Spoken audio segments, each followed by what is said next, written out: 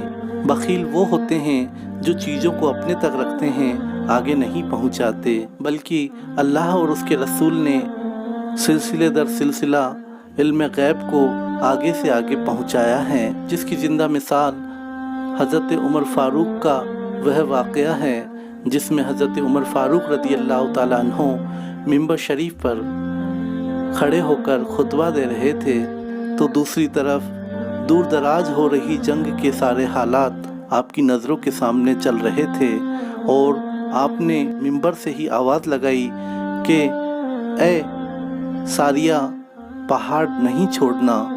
سبحان اللہ۔ اس طرح اللہ تبارک و تعالی اور رسول کریم صلی اللہ علیہ وسلم اپنے محبوبوں تک اپنے علم کو آگے پہنچاتے رہے ہیں۔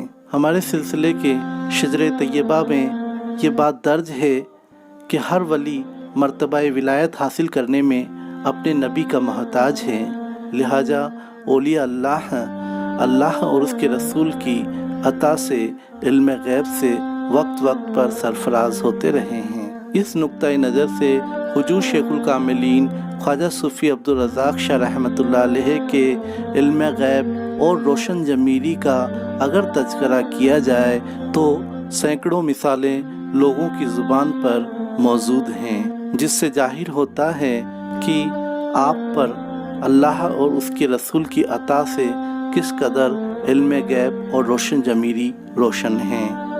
فی الحال آج ہم آپ کی ملاقات دوسا شریف سے صوفی شاہین شاہ بھورے شاہی سے کروانے جا رہے ہیں، جو کہ آپ کے علم غیب اور آپ کی روشن ضمیری سے بے انتہا متاثر ہیں۔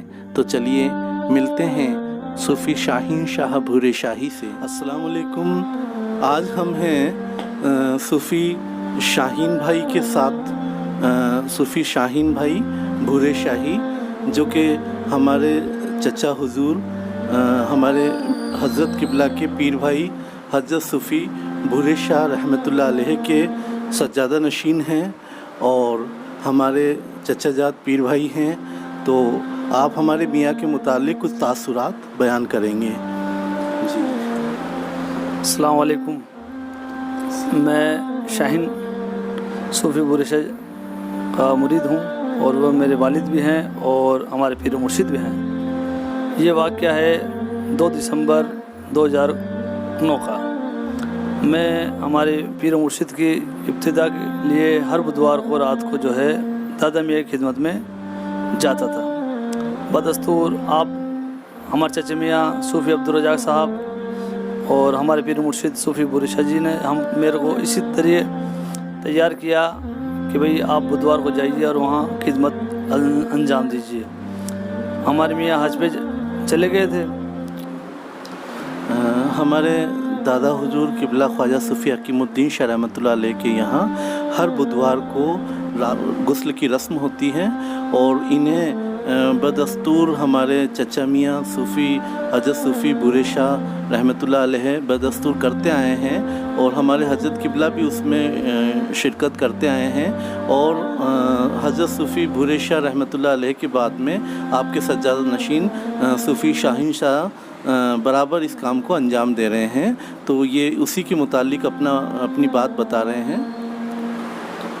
2009 کی بات ہے، 2 دسمبر بروز بدوار میں دادا میاں میں خدمت کرنے کے بعد میں، اور ہمارے ساتھ ہمارے چچا میاں صوفی عبدالرزاق صاحب وہ بھی تھے۔ ہم نے خدمت کرنے کے بعد میں آستانہ جو ہے بند کر دیا۔ اس کے بعد میں چچا میاں نے کہا کہ آپ گھر جائیے، تو میں نے ان سے عرض کیا میں صبح غسل کی رسم ہوگی تو اس کے لیے کہ نہیں وہ ہم سب کر لیں گے، آپ جو ہے گھر جائیے، گھر آپ کی ضرورت پڑے گی۔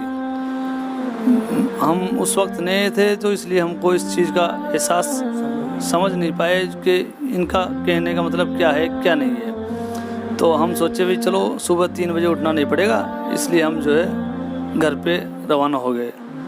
گھر پہ جیسے ہم آئے تو ہمارے گیٹ کھلوایا ہم نے، وکیل صاحب ہمارے بڑے بھائی صاحب ہیں صوفی شاکر شاہ بھورے شاہی، انہوں نے گیٹ کھولا۔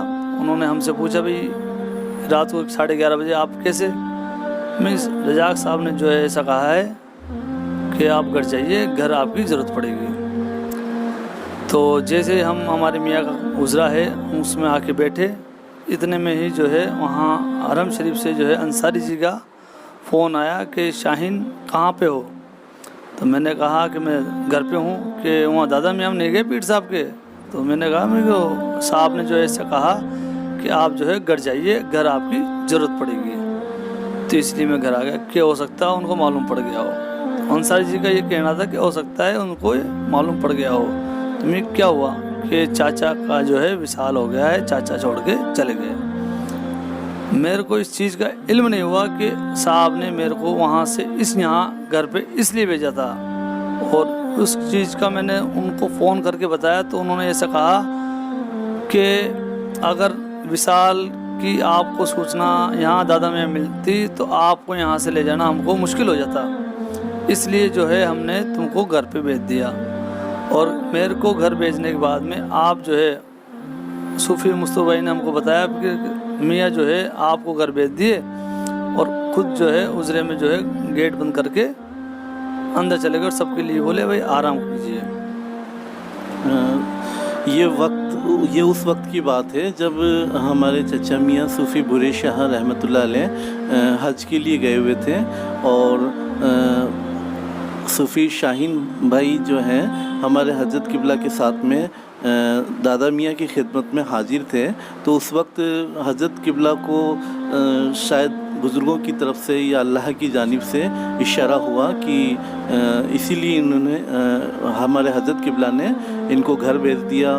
اور اس دن کچھ خاص بات یہ ہوئی کہ حضرت قبلہ نے رات کو دروازہ بند کیا۔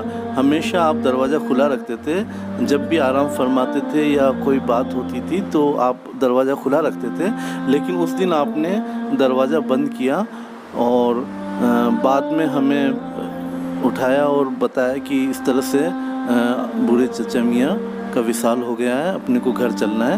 پھر ہم شاہین بھائی کے گھر پہ آئے۔ تو مین بات یہ ہے کہ جو بزرگوں کو ہے آگے کیا ہونے والا ہے اس چیز کا پہلے سے احساس ہو جاتا ہے، اوپر کی طرف سے اللہ کی طرف سے یا بزرگوں کی جانب سے انہیں اشارہ ہو جاتا ہے۔